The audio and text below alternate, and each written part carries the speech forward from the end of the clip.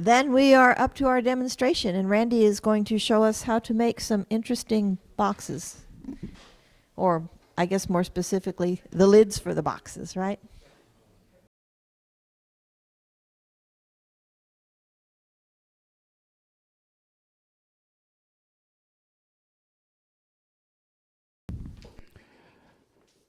Okay, well, I'm going to show how I learned from Hans Weissflog how to make these tops on these bowls of different designs, and I'll pass some of these around to give you an idea. There's quite a variety. So this is my original one from the class that I took with him.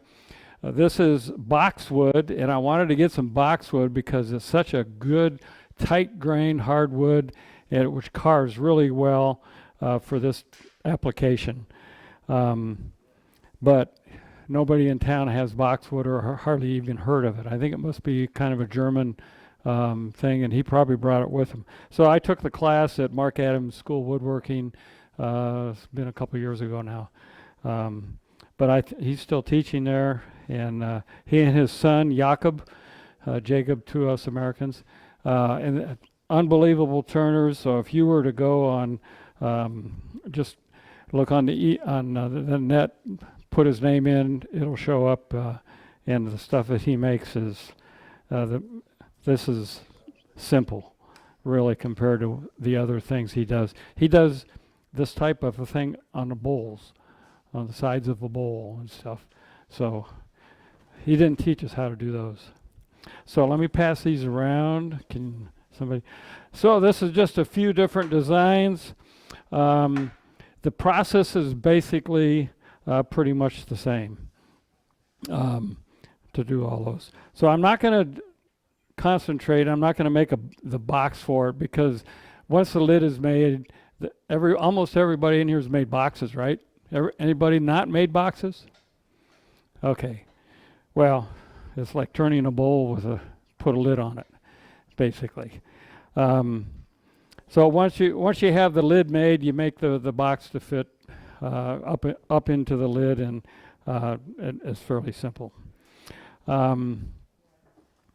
So the main thing on this is starting off with a design. So can we go to overhead? So I want to see what we have. So normally what I do is I get my sheet of paper, and I'll think about what design I want to make. You can make these as big around as you want. As you saw earlier, the gentleman that made the trivets, that's huge. That's big off-center turning. And the process is basically the same. I think he'll verify that as we go along. But so I'm using these 3-inch boxes. I gave these to grandkids at Christmas, and I made a whole bunch of them. They get their Christmas coal or money, depending on how they behave themselves, in a box. And I try to do something different every year. So you can make a single off-center turn, which would be this type of box. And so after I did a few of these after the class, then I said, well, gee, maybe we should try some different designs.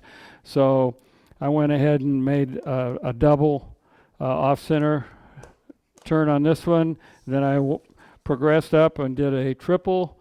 And then I said, well, heck, keep going. So I did 4. Then I said, well, let me do a smiley face. So I said, well, that's kind of like doing a triple. So it's a smiley face. And if you don't like being symmetrical, then you can go and do something like this one. And you can make as many off centers as you want on the object. But there's one thing you don't want to do. Well, you can try it if you like. But the rings that you make on the top, the grooves, don't cross over to the other rings. Because what happens is that, and we can pass this around, and that's a bad piece of wood. But so I decided I wanted to go ahead and do one and cross over. But what happens is you lose the integrity of helping the rings hold each other together, especially when you go on the back side to cut the circles on the back side. So it loses its integrity. Now that particular one is a piece of poplar, and I don't recommend using a soft wood because that's part of the problem that happens. It's real kind of fuzzy where the cuts are. They don't cut real clean. You really need a nice, dense, fine-grained piece of wood. And that's why that boxwood is so nice. But I don't think you're going to find any of that around here, and I'm not sure where to get it. Hans may have brought it with him from Germany when he came to teach a class, or had it shipped over. I don't know if it's available on the East Coast or West Coast or North or whatever. I don't know where to get it. I have not done a wood search like on the internet, but might be able to find it. But these are just some of the designs that I've done. But I mean, use your imagination, and certainly you can make these as small or as big as what you would like to do. If there's any questions while I'm talking or working, don't hesitate to raise your hand or just yell at me. Try not to scare me. I might screw up, do something. The other thing I do is once I have my designs made on my paper, then I'll go and make a cutout. And this is a nice kind of thick paper, and that's what I would design it. And then you can just cut your design out on that if you like. I just did some of these on this paper. But then I'll go in and I'll take a push pin, or this type of a deal, small push pin. Then I'll go in and I'll mark my centerpiece, put a hole in it, and then I'll mark where the other off-center circle pins are going to be. And so when I get my blank ready, then I can put this on the blank and line up the center hole, put a push pin in it and hold it, and then I can mark the other off-center pieces on the blank. And it makes it so much easier when you go to drill your holes, and we'll get to that in a minute, for your mounting it on the jam chuck. Question? How slow? Turning to cut the grooves somewhere between 800 and 1,000. So you can make designs for these and just kind of save me. You can use them time after time after time. Generally speaking, since I'm still learning, I'll go in and draw all the lines that I want in it to start with. I do the same thing on my blank once I've identified where the centers of rotation are going to be. So it's easier for me to see where I'm going to put my tool. And but you can wing it. I've winged it before, and sometimes it's real consistent, sometimes it's not. But the thing of it is, you don't have to be perfectly symmetrical and perfectly spaced. You can start small, go to big, or you can start big, go to small. It really doesn't matter. It just depends on what you're looking for as far as looks go. So once you've got your design, then you're going to you have to make a jam chuck to turn your off-center. So a jam chuck basically is just a block of wood, put a tenon on it so it can fit into a regular chuck, and then you're going to put a couple holes on the surface here. One is going to be in the dead center, and then the other holes are where your off-center turnings are going to occur. And so your design for your paper, you can put on there, mark your center hole, put a pinhole where the off-center circles are going to be. Up. Okay. Here? Good? Okay. So turn this round, put your tenon on it, and then mount it in your chuck and flatten this end. It's very important that this is flat. Once you get it flat, then you can put your design on it, mark the pinholes where your off-center turning axis will be, and then drill the hole. Leave this on your chuck, take it to the drill press, because if you do it on the drill press, then you know you're going to have good straight holes. Any questions yet? Okay, good. Let's see if I'm online here. So the tools that Hans brought these tools to class and gave everybody in the class one of the tools. I guess that's part of the price that we paid. They probably jacked it up just for these tools. It's just a round rod. I made one this week out of, I had a drill rod, a 1/4 inch, oh, excuse me, a 1/4 inch drill rod, and I decided I wanted one a little bit wider than what I had originally from Hans, and so I went ahead and turned this one. Let me pass these around real quick so everybody can take a look. I'll need them back because I won't be able to cut the grooves without them. So the important thing on these, and when you look at them, you can see that it's a scraper basically, a very small scraper. But from the point underneath, you need to taper it inside, because as you cut some of the really small circles like this one, if it catches on the side as you're going in deeper, it'll pop that whole circle off the piece of wood. And don't ask me how I know that. I have some examples. I can't remember. But it's basically it's kind of a parting tool. And I actually saw a YouTube guy. He was using a parting tool. It wasn't a V-shaped one, but he had just one pointed at the end. He was using that to start his grooves with, and I thought, oh my gosh, you know, if you turn it at all sideways, it's just gonna rip out. So it's a lot easier using those. It's not something that you're going to do real fast, but I can't imagine cutting the grooves with this. But I haven't tried it yet, so that's one of those things maybe I'll try, and then I'll have some more broken pieces, you know, to show everybody what's happened. Okay.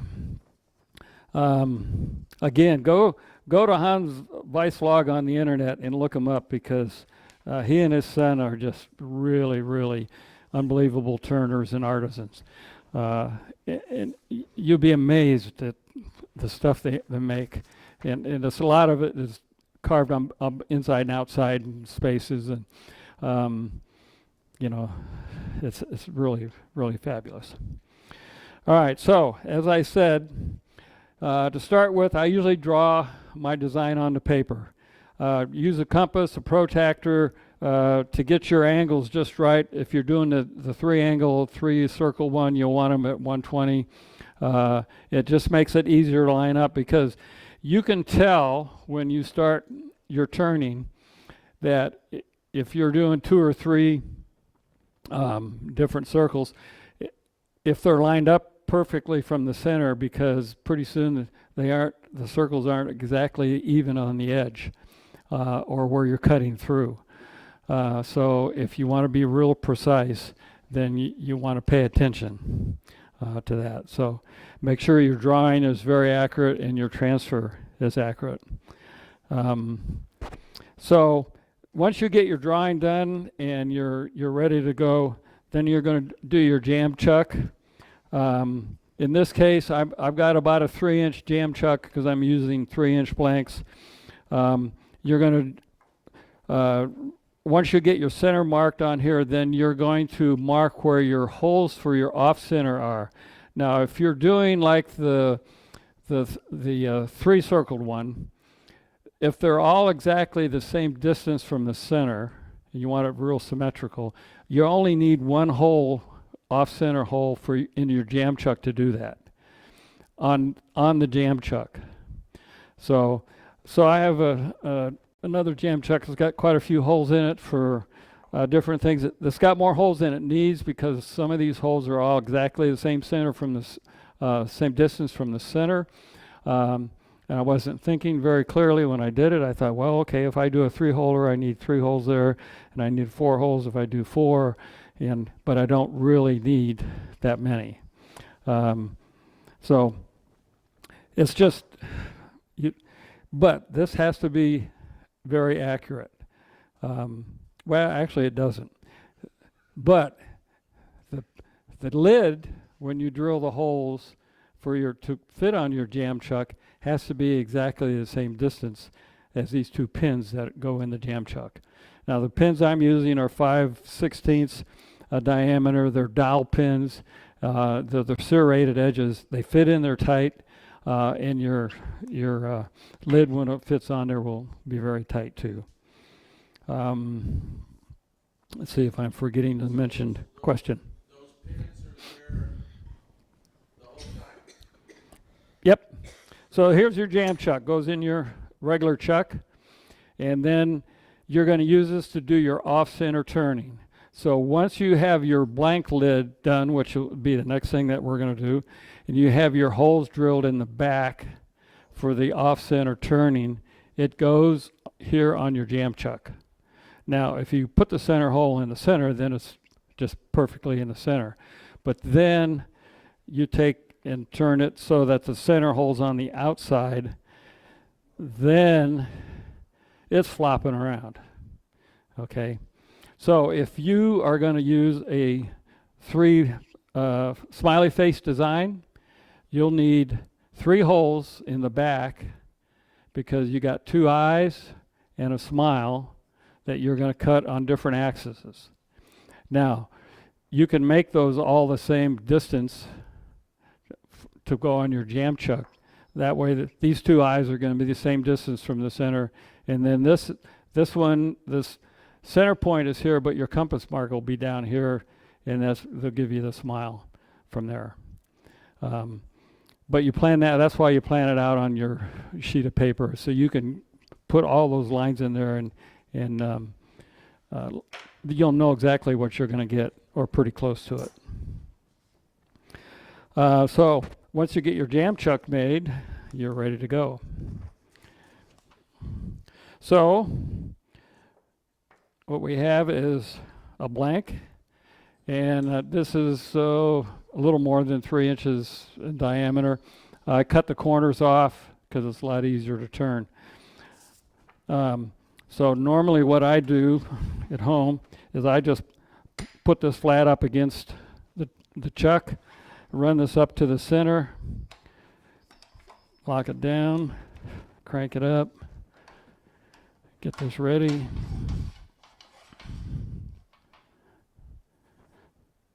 Lock it down, and then this you can cut just about at any speed you want. Okay. Okay. Somebody turned it down all the way, which is good. Gordon must have done that for safety. You can turn that for whatever speed you want to, and since Gordon scared the heck out of me, I'll put this on. I wasn't going to wear this for this little piece, but I guess it can whack your eye as good as anything else. Do I echo all over now? Okay, so this is just a matter of, that handle's in the way.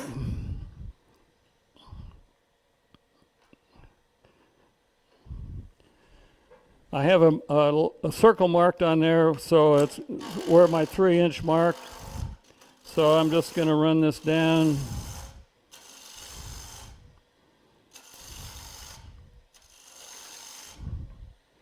When I get it close, I'm going to take and just smooth it off a little bit. Flatten it.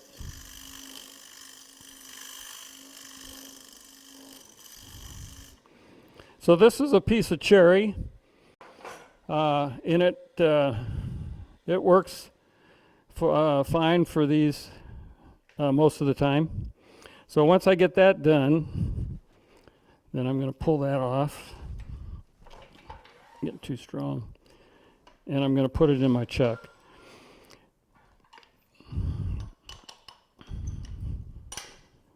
So I'm going to open this up.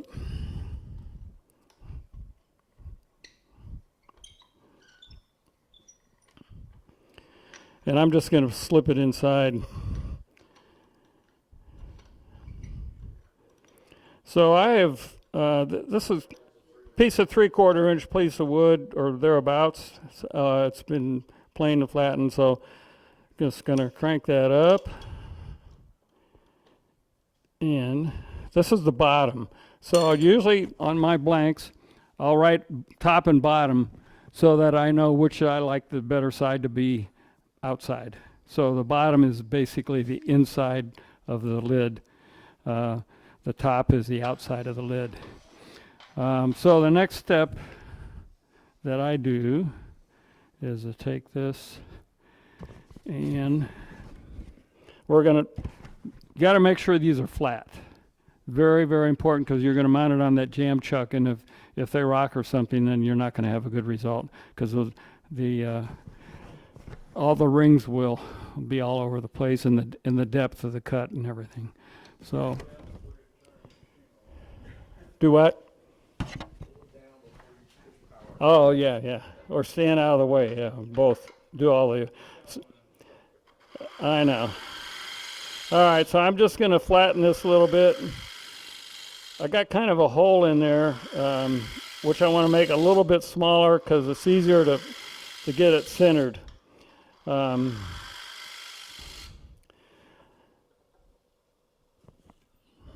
I'm going to take a ruler then and see how flat it is. And that's high in the center, so we'll get it, smooth it down. Sometimes this is one of the hardest parts to do.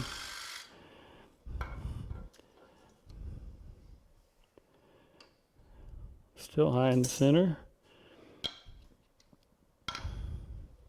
And you can use a whole variety of tools to do this. Easy wood tools, you can use gouges and whatever. Okay, that's pretty close. That's pretty close to flat. I would sand this just a little bit to smooth it. So, and then mark your center. Once you get your center marked, then go back to my paper.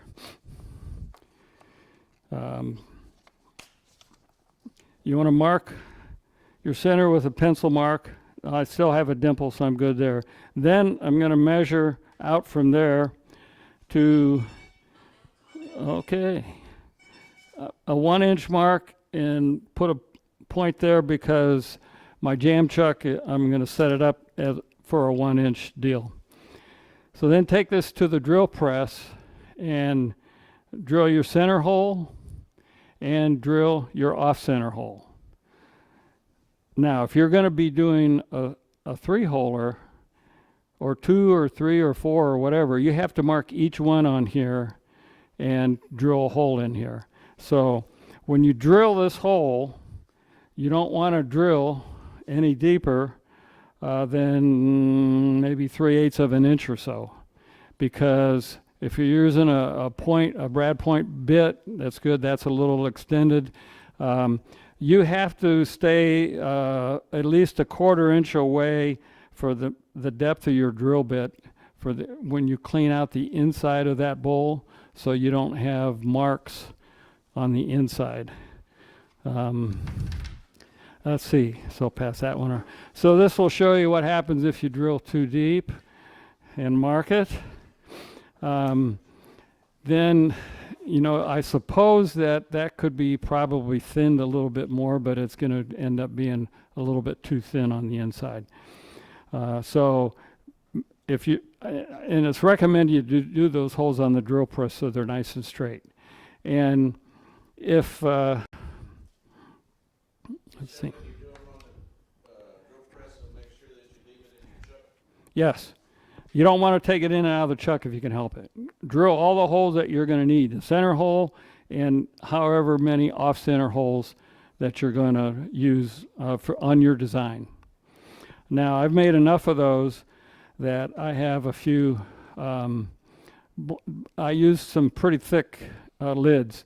And so when I got done with the outside, had them all drilled for the inside, I went ahead and parted them off.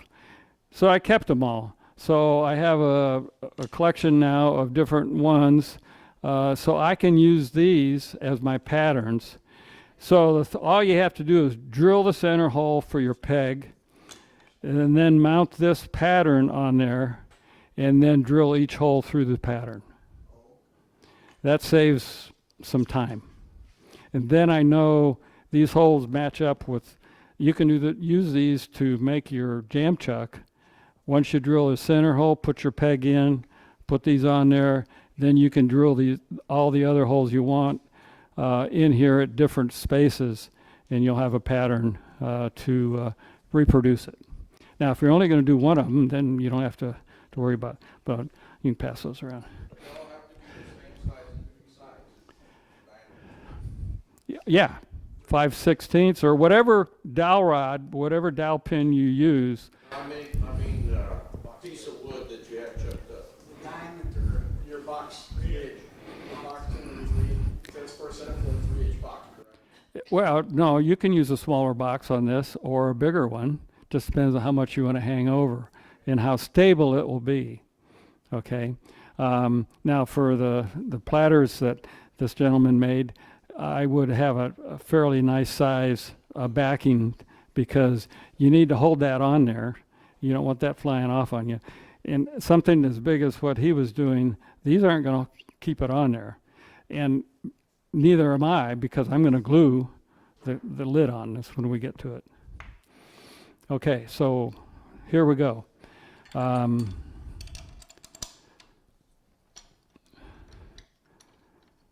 got that drilled out.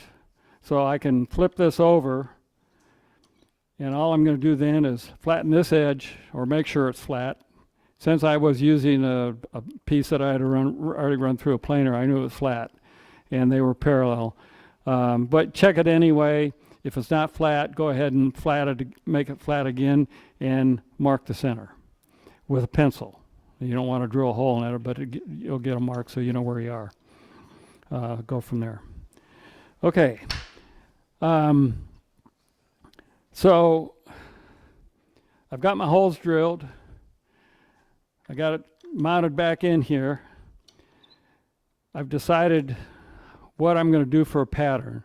So I've marked my centerpiece, and I'm going to mark all my centers. I'm going to use my little paper and my push pin, put it on the front, stick the pin through each of the centers, and then I'm going to take my compass and I'm going to draw the circles of where I want them.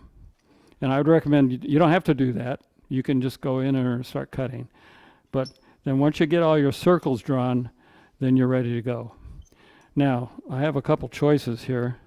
I've got a smiley face, I've got a single, and I've got a 3 that's ready to go. Which one do you want to cut?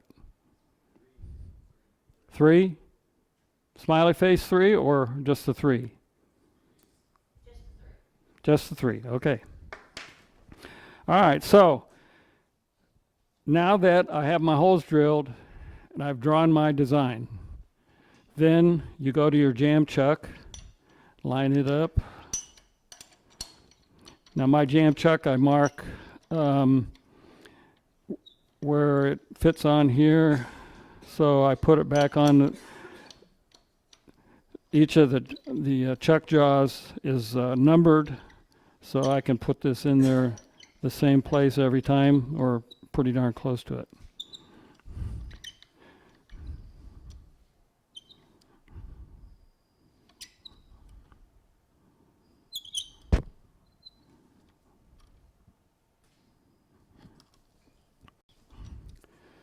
Okay. Okay, so this 3 is set up for 1 inch. The 3 holes are 1 inch apart from the center. And the next step would be to put it on there, mark the, in this case, just pop it on, turn your speed down, turn it on, nice and slow. Put your tool rest over on the side and mark your center on your first off-center place. And take it off, move it to the next off-center one, and do the same thing. So mark each of the off-center ones that you have. And then, for me, I would leave it on, or you can take it off for here, and then mark your circles so that you have space. Are you looking at, yeah, good. So you have space, so you're not overlapping your circles any place, so you kind of know where to stop. So once you get that done,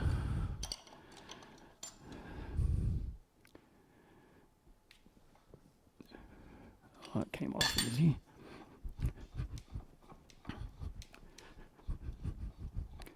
To keep that from damaging your face, make sure that's tight and flat against it all the way. Take your glue gun and put some, I got enough cord, can you see there? Okay, so this is on the inside. I'm going to put a little dab of glue here, one on this side, and one over here.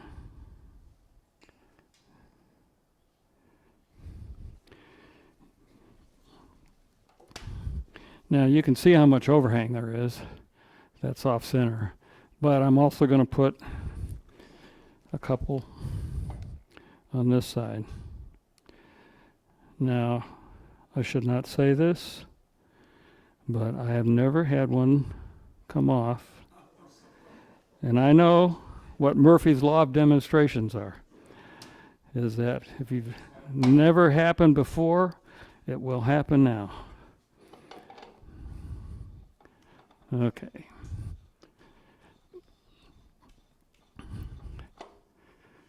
Now, you can't use this because that center is not centered. You know, it's off. And each time it rotates around.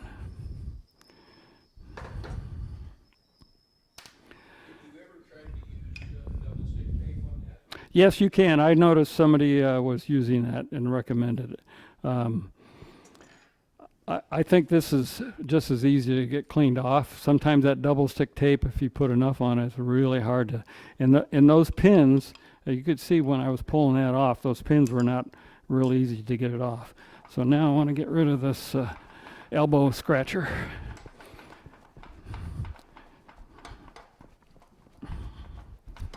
There we go. That's faster. Get that out of there. Now I've marked this point so that it's about a 3/32 of an inch is how deep I'm going to make the grooves in this. The tape on, yeah, one of these had a piece of tape on it on the very tip, and yeah, it's my depth gauge. Now there's another way to do that. When you have it in the regular check, if you want to make a groove on the outside of this ring about the depth that you want to go, 3/32 or so, maybe an 1/8 of an inch in, and then you can cut your circles. Well, you won't know on the inner circles until you break through the outside edge of where that's gonna, where your depth is gonna be. But it's important to try to get as close to the same depth on every single cut that you make. Both, and it's more important on the outside cuts than the inside ones. Let me get this readjusted, and I want to get this set up for, there we go. Oops. So I'm going to cut this, make it very level, right at center.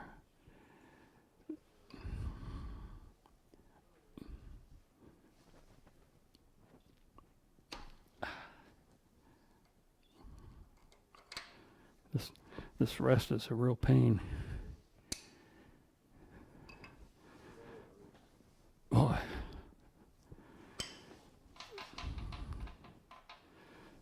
Okay. And now the fun begins. So as I said, this will be about 800 to 1,000, somewhere in there. And the mask goes down. And we'll crank it up. And it's surprising that you can feel this vibrate a little bit. And that's just a little piece. So I have it at about 900 right now. So, all right, so how's this view that you have there? I'm going to start with this inner circle, a little small one, and I'm going to just cut on the outside. You cut the line out or do you cut outside the line? Yes. It's up to you. You can cut out on the line, you can cut inside, you can cut outside. Just depends on where you set it up and how consistent you want to be. Now, when I drew the lines on here, I put my ruler down and I marked them about 1/8 of an inch apart each one, and that was, I figured, was about, and I've done a couple of those, the distance I wanted between the grooves for strength and looks and everything. So, yeah, so it's just depends on what you want to do. Okay, so that I'll go in and most of the way into my mark, and then you get sawdust on that mark so you can't see it, so you got to wipe it off and go back in again until you get where you hope is the exact depth. So then you go to the next one, wipe it off. And the problem when you do wipe it off, sometimes you end up wiping part of your mark off too. Okay, and then we go to the next one. How is that on camera? I can't look on the camera and do this at the same time because I know what will happen if I turn away. Your body moves too. Okay. Randy, if you're going to err, do you want to err shallow or deep? You don't want to err. All right, so that's a good question, really. I hadn't thought about addressing that. I got to adjust this hat here, pushing my glasses down. The problem, probably deep, but then again, you can't really go that deep either. But because when you're on the backside cutting the circles, you're going to cut through until you have light through these. So if it's too deep, then it may end up with not enough on the depth there, or if you got to go way in, then it's going to make it really difficult on the inside. But that's why it's important is be consistent depth-wise as you can. So I can tell you right now it's hard to do. So all right, so let me double check this one. All right, looks about right. Now I'm pretty much on the outside of the circles.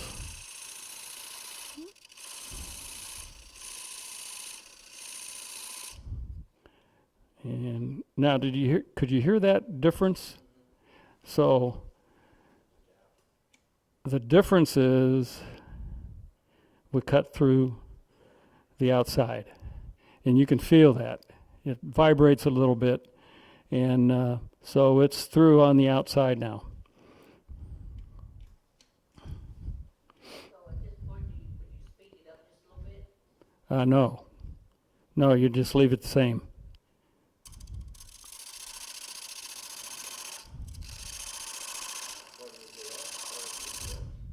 Excuse me? Well, it does, yeah. I mean, you can feel the vibration because it's hitting the outside. Okay, now this should be my last one. Double check. Okay. So now once you have that done, you can take a look at your cuts here on this outside. Can we use this camera? Does that show here? It doesn't, does it?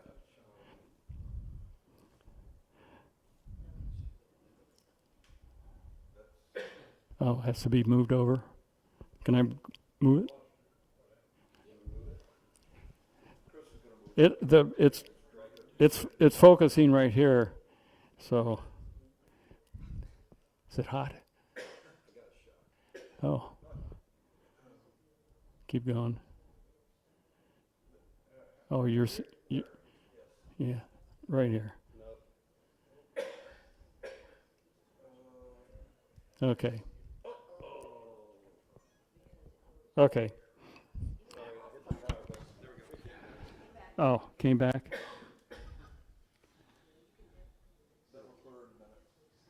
No memory card. Okay. Unfortunately, you can't see it real clear. This camera may show it just as well.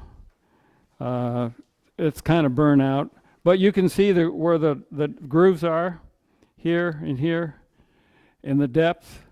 It's hard to tell. You can't see all of it, but they're all pretty consistent.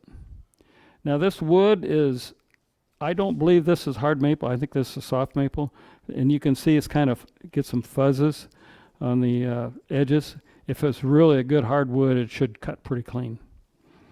Okay, so those are all. That's done, right?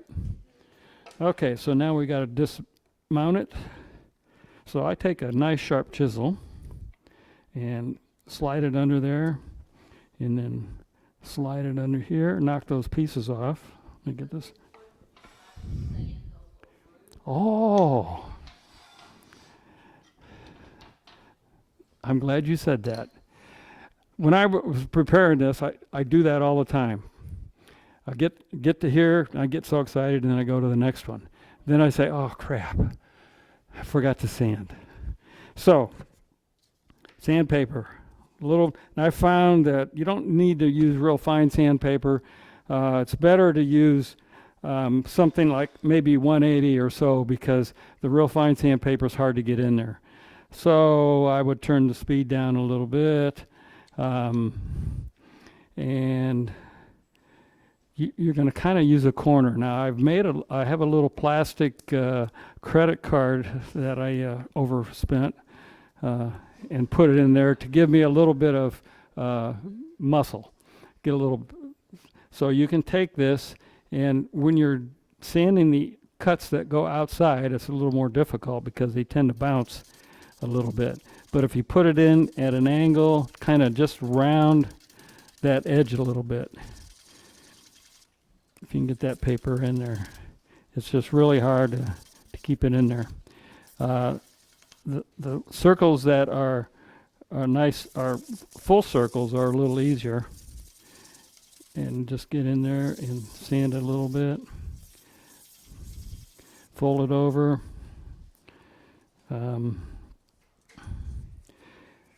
This is 180. I'm taking that out because it tears it up pretty quick. So you can bend it a little bit, slip it in, back and forth.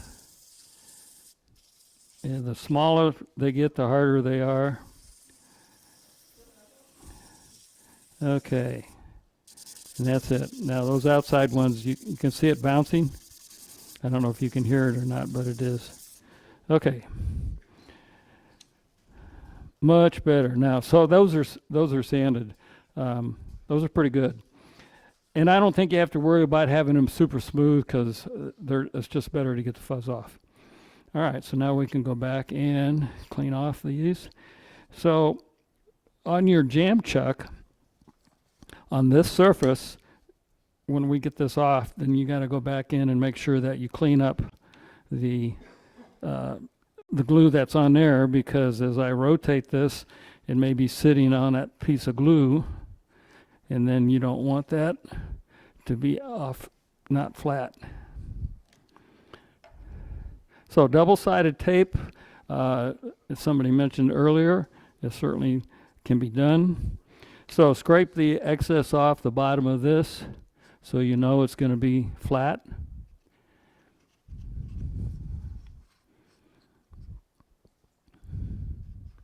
And if you have a fairly sharp chisel and it's flat on the bottom, then it should be fine.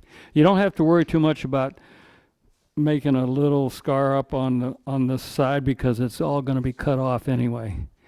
As long as it's not sticking up in the air, to keep it from getting flat. I got a little piece in there.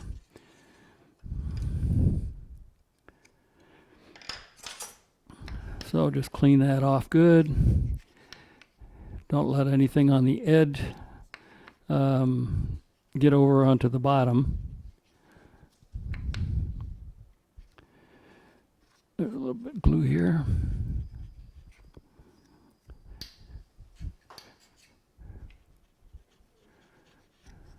Okay, and then make sure you clean this off.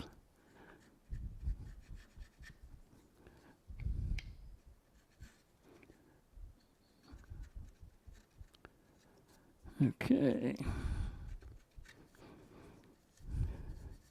There we go. So next,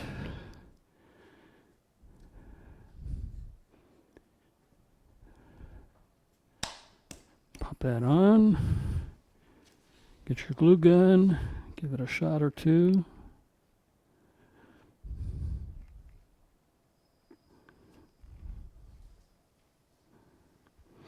I haven't experimented to see how many spots you need to glue it on. The other day, I was putting only one spot on this side, where it's on the jam chuck, and it worked out fine. I've usually put three spots on all the way around. Just feel a little safer that way. Let it dry a little bit. So anybody have any questions or they want to harass me a little or anything, let the glue get a little bit dry.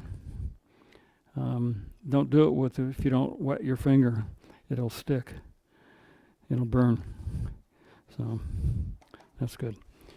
Okay. Next one. Ready to go. No, it should be exactly the same.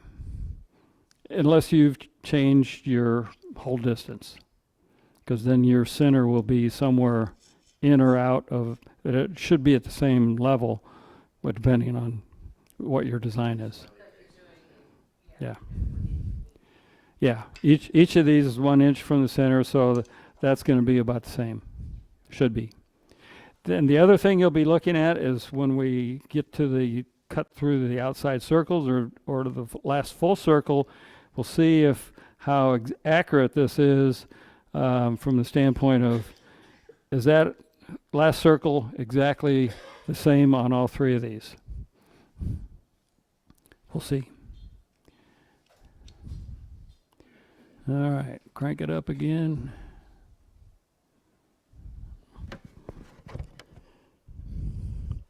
And here we go.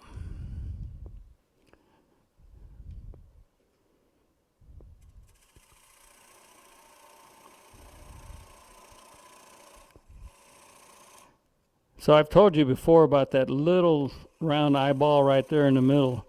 Those are pretty fragile, and if you get tweaked sideways at all on those things, keep your thumb out of there. Then you can break them off really easy.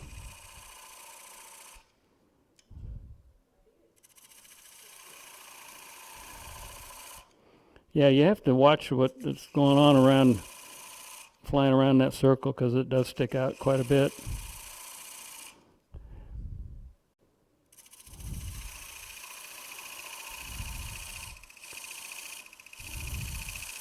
You hear that ticking?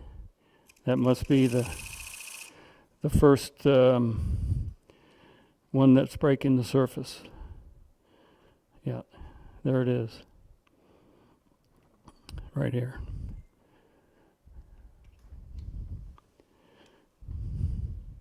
And that actually looks pretty good compared to the first one. You can hear that?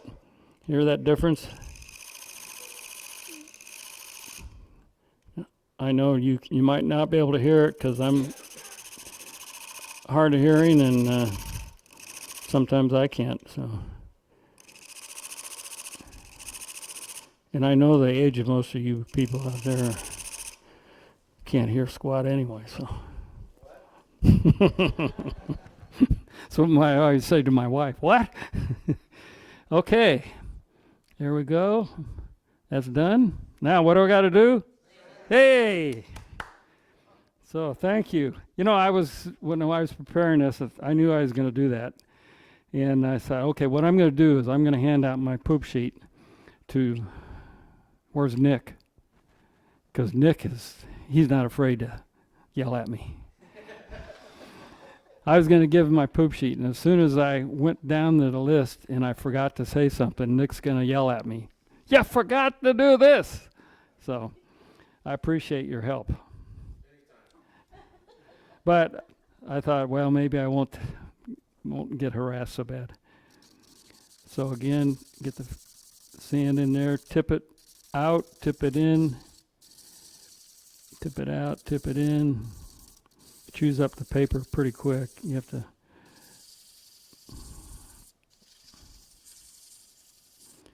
There we go. That worked out pretty good that time. Took my credit card out. So, okay. Now the outside area was a clean up. So somebody's going to ask, when I put these in the chuck initially and crank it down, you know, you get some little marks and stuff in there. And same thing if at the very end, if I want to put it back in the chuck on the sides and maybe round this edge and smooth it or do something, it's going to have little marks on there. But so when you make the bottom of the box, you're going to fit this to the box and the width of the box. So you can shave this some. So when we get ready to do the inside, you'll have enough wall thickness to be able to adjust for that some. Okay. Is it bedtime yet? Anybody? No? It's dark out. It's got to be bedtime. You know, especially in the winter. Yes? Could you use painter's tape on both sides, on the chuck and your workpiece? Do you see it glued? No. Put painter's tape on? Tape on there, and then on the center. You would hold it there, and then you just pop it off. It should pull the tape and pull the tape off. I don't understand where you put the tape. Put the tape on the back, on the back. Okay. And then on On the jam chuck? the jam chuck. Yeah. And just put a small spot and then stick it on there, hit it with an accelerator, and not put so much that it squeezes out, just a spot with that hole. I don't know. Try it. I've seen people that are working on hardwood floors and they need to have something, they put painter's tape down on both sides and then put CA glue, stick it, and then when they want to take it off, they just stick it right here. Well, yeah, I guess the painter's tape would release because you have painter's tape and glue in between, right? Yeah, that might work, but I don't know if it's any easier. Although less cleanup maybe.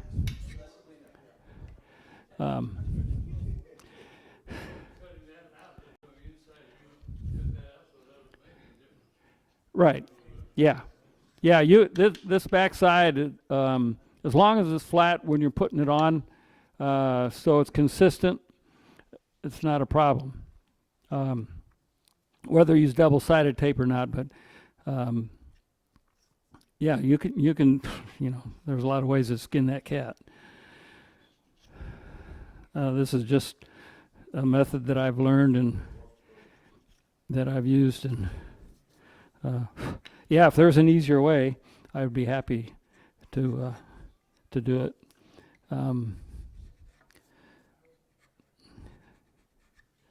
Okay, one more shot at this. Let's get the right one. And one day I put it on the center hole in the center and this and that, and I turned it and I said, well, that doesn't look right. You know, so what's wrong with that picture? Okay, here we go.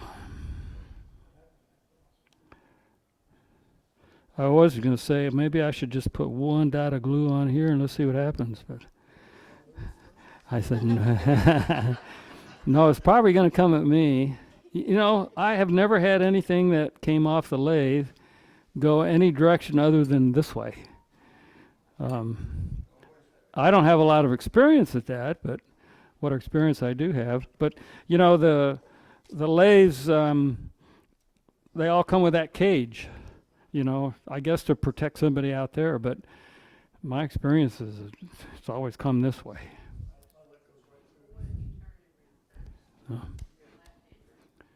Oh, and turn it in reverse? Well, that's even better. Then it goes away from you, right? So that's a thought. Now, yeah. So I was doing one of these, and I said, "Oh, shoot! You know, you get the little fuzzy things after you cut through and everything." I said, "Oh, well, heck, I'll just reverse it. That'll be cutting the other side, and it'll get rid of all that fuzzy stuff." It worked once, but then I blew it up to another time. So, yeah, you could reverse it and clean it up that way on the back side when you do that, but I don't know if I'd like to do that. All right, where are we here? Okay, here we go. You know, I didn't look at that other one to see how consistent my groove depth was. So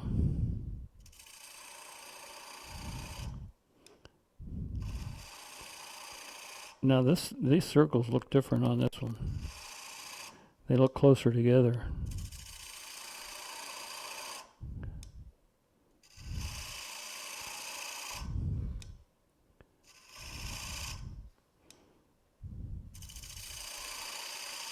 Okay, that's a breakthrough.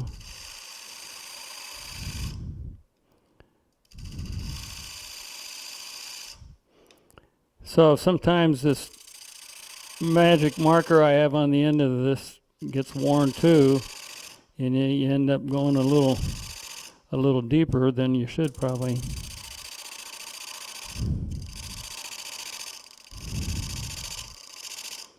Okay.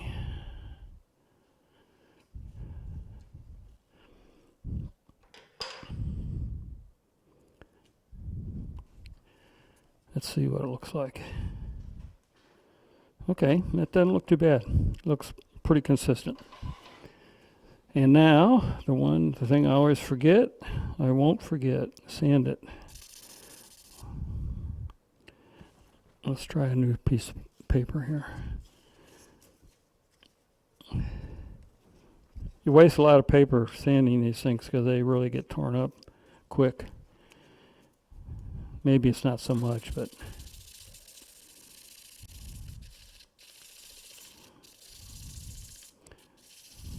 any other questions yet?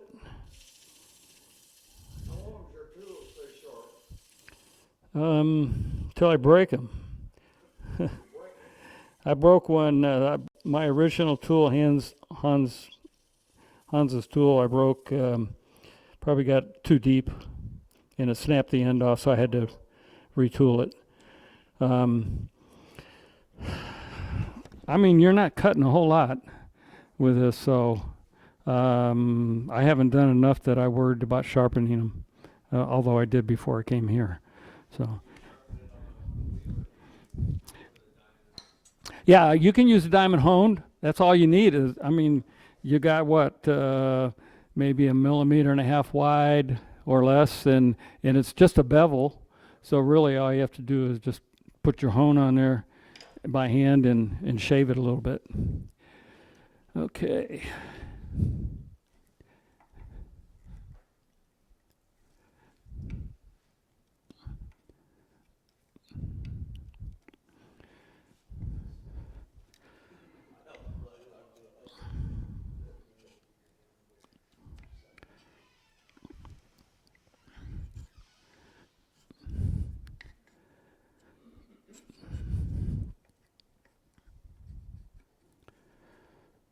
All right.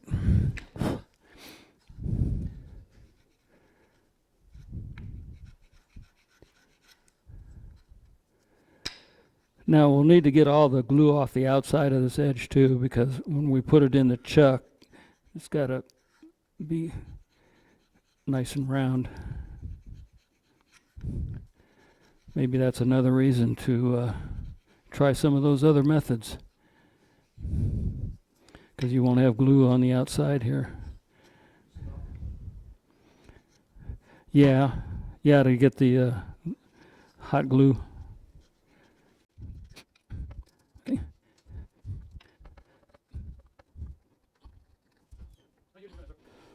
Doing this or turning. This, let's see, I think it was 2017 when I took the class, I think.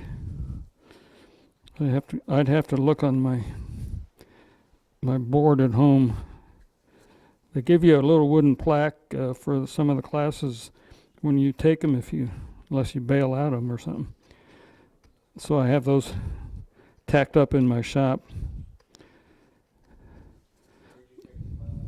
It's at Mark Adams in Indiana.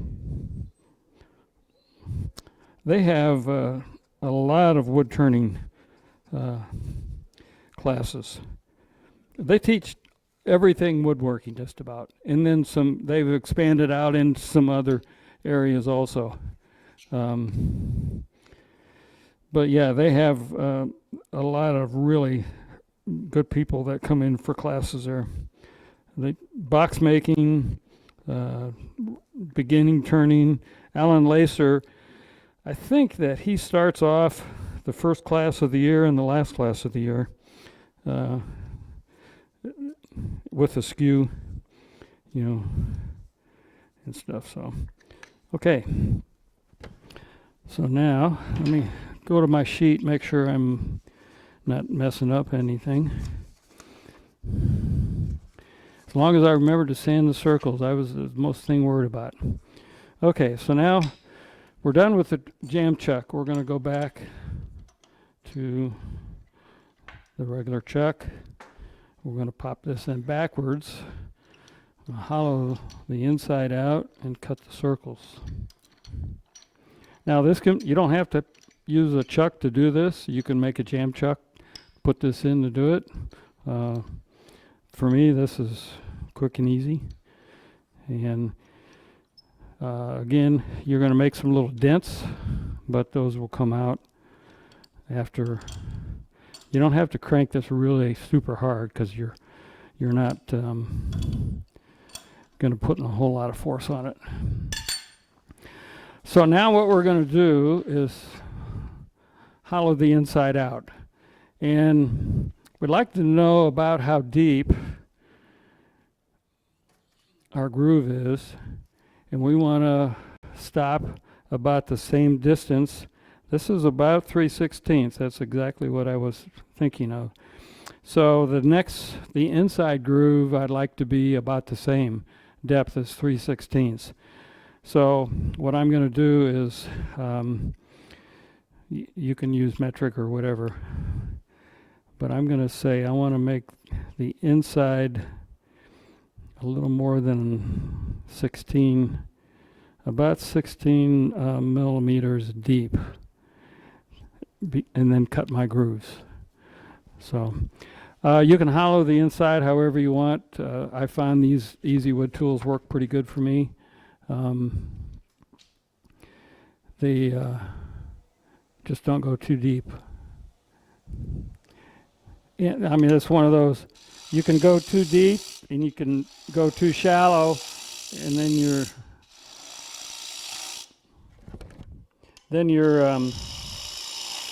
your groove is real deep and more of a tendency to break.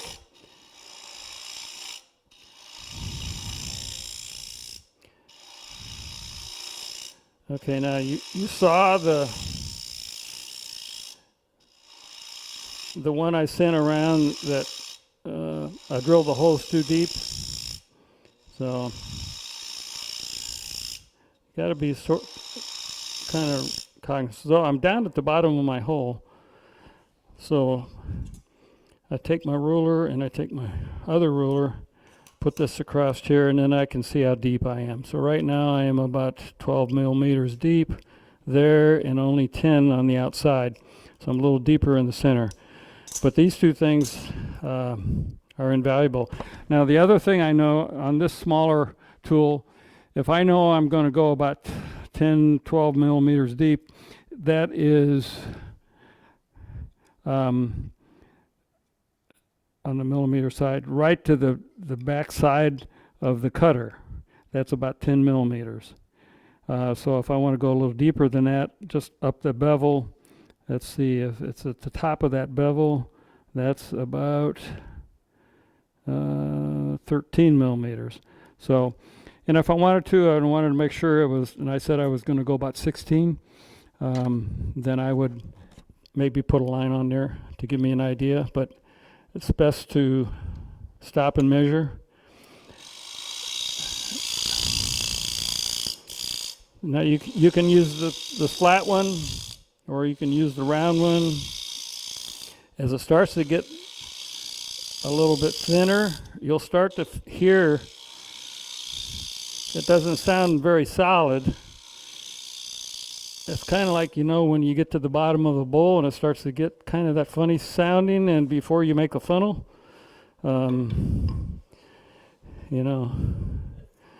So when you know what that sound is, then you know to stop and measure. Same, cut twice and measure once, right? So right now I'm only at 12, 13. I got to go to 16. Double check, make sure if I go to 16, I'm not too deep. No, I'm not. So, but let's see. So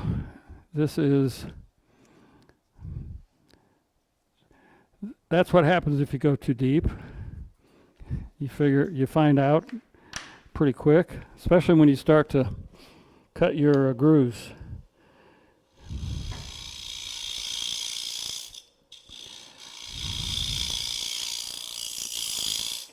The rim you can make somewhere a quarter to, you know, less than a quarter inch or so thick. That depends on you and how much you think you might want to for adjustment on your box. You want this fairly parallel so it fits on your box, you know, nicely. So let's take another look.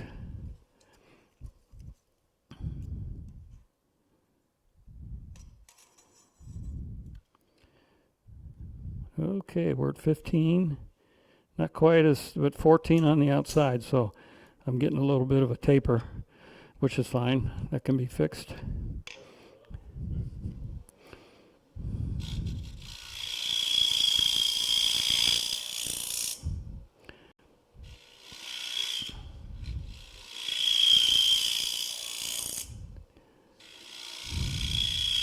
You hear that squeal?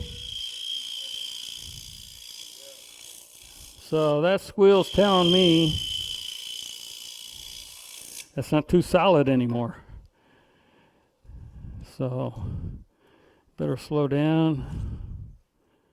Take a look.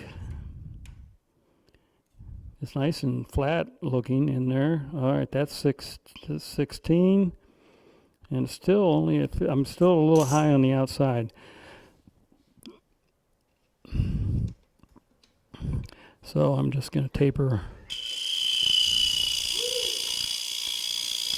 Like that?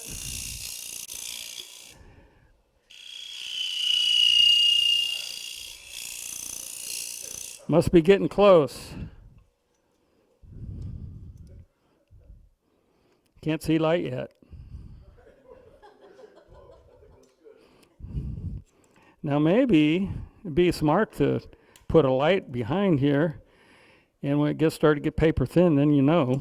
But still, I don't know if the 3/16 will do it. Okay, so I'm where I better quit. Well, the proof of the pudding, for sure, is when we start making our circles, then we'll know. No. Yeah. It's harder to draw it in there, but yeah, you can do it. I just don't, and I'm not always super consistent with, the distance between them. But I try to be. It looks nicer, I think. So I'm going to remark this a little heavier. It's starting to lose its color. But the way you tell on this side is when you see the light at the end of the tunnel. So turn this back down to under 1,000, somewhere in there.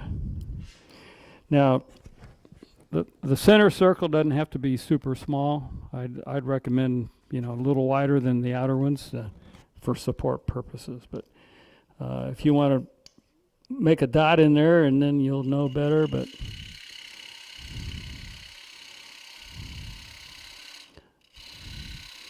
now, when you're doing this, when you break through, you should feel it.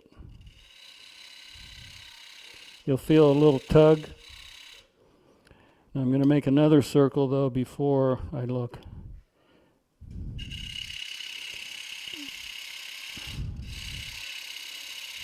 I felt a little tug.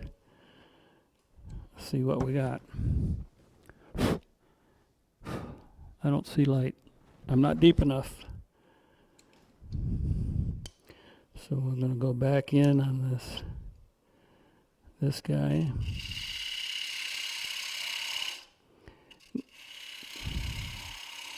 Now if I get to a point where it's too deep with the cutter and I'm not broken through, which I'm right now, I'm not quite in that. Yeah, I'm at just about 330. Let me try just a little more.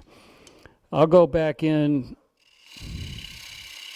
with my Easy Wood tool and cut a little more. Okay, I just got a breakthrough, so I'm good. I don't have it in the center, but I'll go back in there.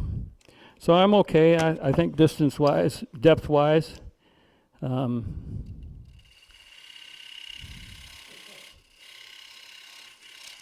There, I felt it.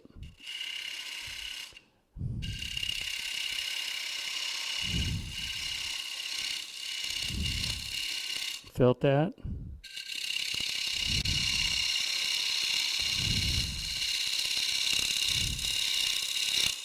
There, I felt that. You hear that one? Yeah, if you take too big a bite, that's maybe why I broke that instrument. You hear that one?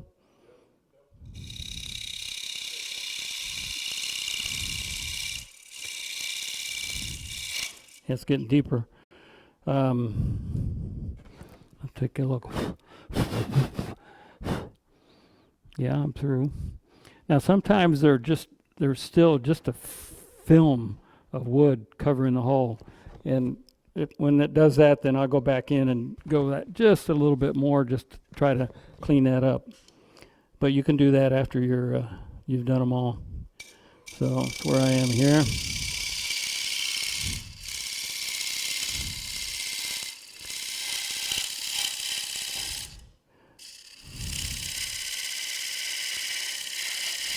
Just trying to gently get a little more.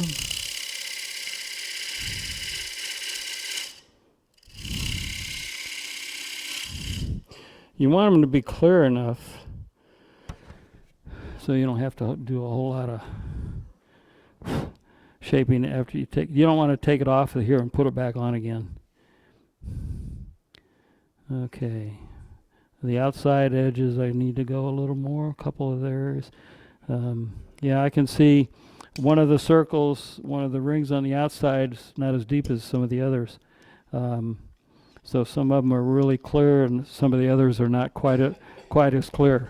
So I'm going to go a little deeper in a few of these.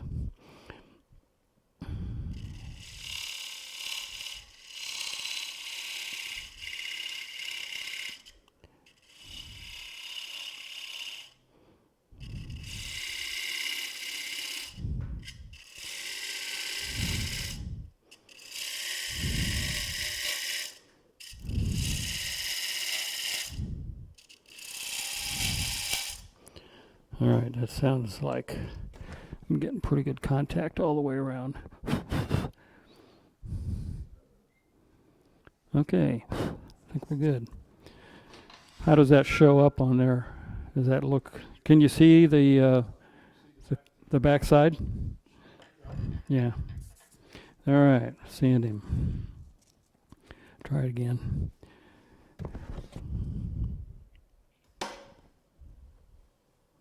Oh, that was this. All right. These are a little easier to sand because they're full circles.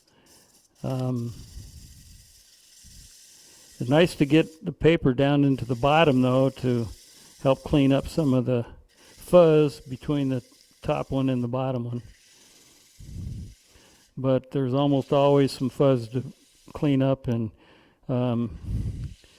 if you knew a good dentist or hygienist, you get some of their picks to clean those up. What do we got?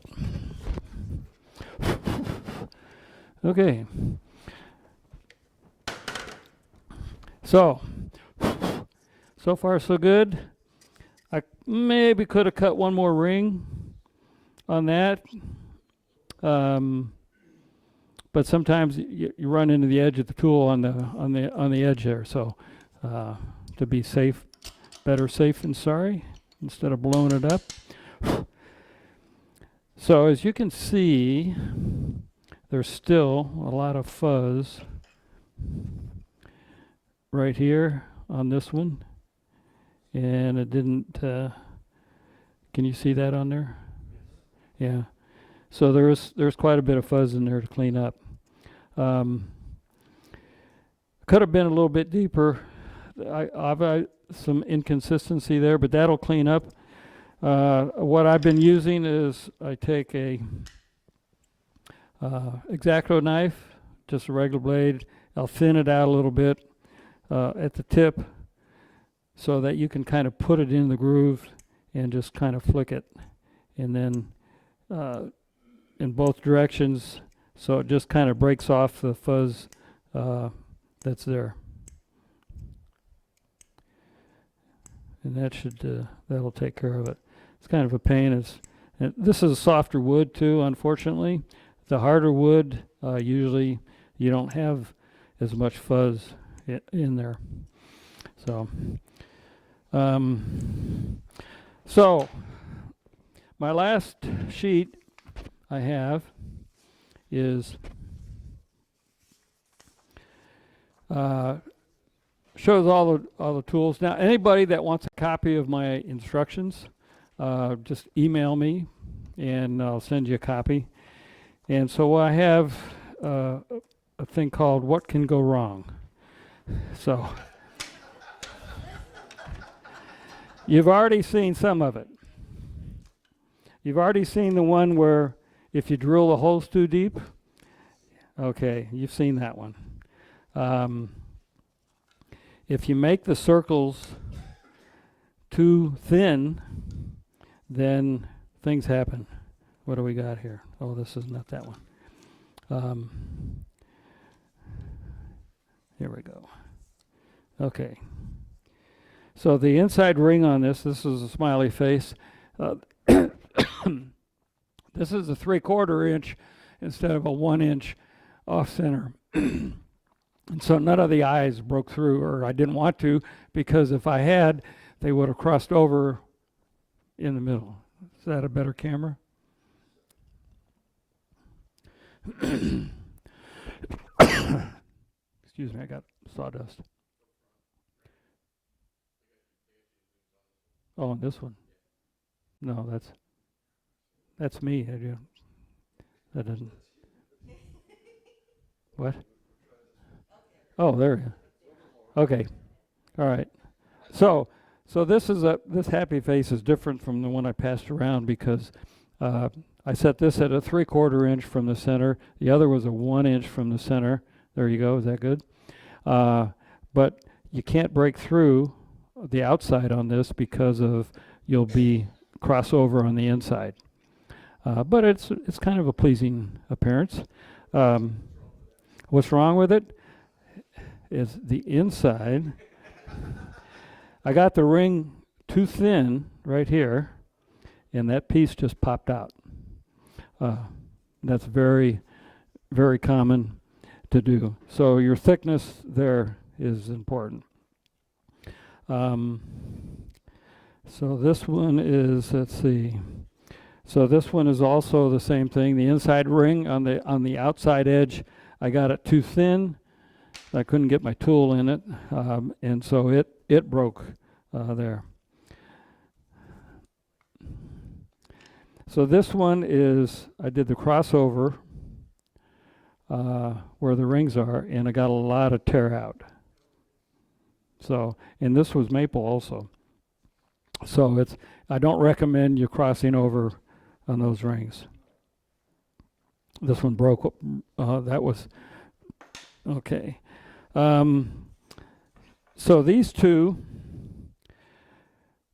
when you get it finished, this one I just did, yeah. When you get it finished, you're going to want to put your box on. Put this to fit on your box, and then you're going to want to hold this on your box so that you can fit the outside edge to your box. So what do? You bring your tailstock up and you push on it, and to hold it on there so you can shape this and that. Well, what happens when you push on it too hard? That flexes. Remember, this is pretty thin, and so then you put a little wider thing on there and you push on it, and then it caves in the whole thing. So the answer to the story is you put a piece on there almost exactly the same as your outside diameter is, a little bit less so you can shape this if you want to shape it to fit your box. But then you can shape that board at the same time as you're doing that. But if you don't have it on the outside rim to support, it's going to cave it in, and these are flexible enough they'll break. So that's another lesson learned, and I have to say that somebody else did all those. Couldn't have been me. So yeah, and you don't want to cut your grooves too shallow on the top, because then it makes it much thicker to go through on the bottom, and then that's going to make your whole top piece that much thinner. So 30 seconds is a pretty good depth. You could even go to, you know, a 1/16 would be, no, an 1/8 would be a little bit too thick. I think you would have trouble with these tools going in that deep, but sometimes they do. But yeah, that should do it. Okay, any questions? Thank you very much. I appreciate it. Go.